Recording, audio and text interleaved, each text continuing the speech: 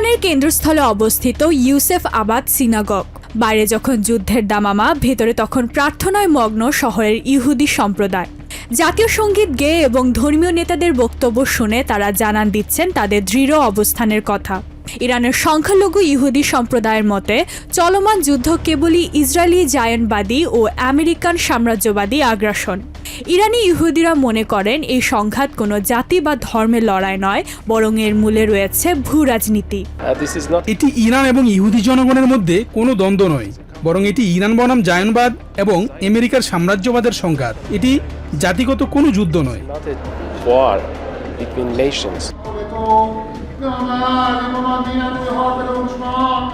প্রায় ৯,০০০ ইহুদি ধর্মাবলম্বী দশকের পর দশক ধরে অন্য ইরানিদের সাথে কাঁধে কাঁধ মিলিয়ে বসবাস করছেন।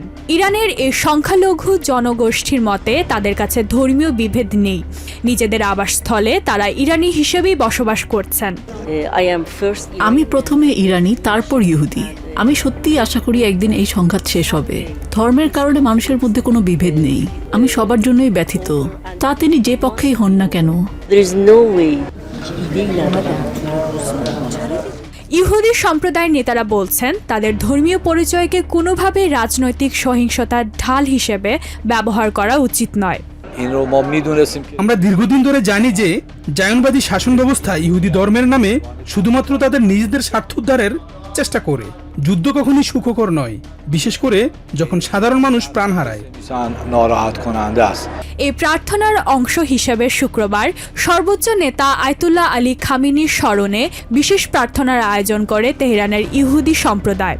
সর্বোচ্চ নেতার প্রতি শ্রদ্ধা জানিয়ে সাম্প্রদায়িক সম্প্রীতি ও ইরানি জাতীয়তাবাদের প্রতি সম্মানের বার্তা দেন তারা। গত ফেব্রুয়ারি থেকে শুরু হওয়া এই সংঘাত এখন মধ্যপ্রাচ্যের গণ্ডি পেরিয়ে বিশ্ব অর্থনীতিতেও প্রভাব ফেলছে।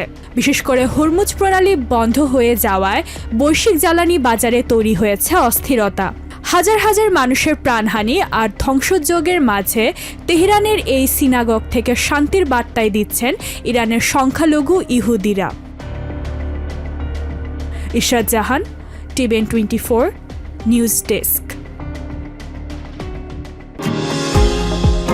নিউ ইয়র্ক থেকে সম্প্রচারিত TVN 24 টেলিভিশন বিশ্বজুড়ে বাঙালির কণ্ঠস্বর।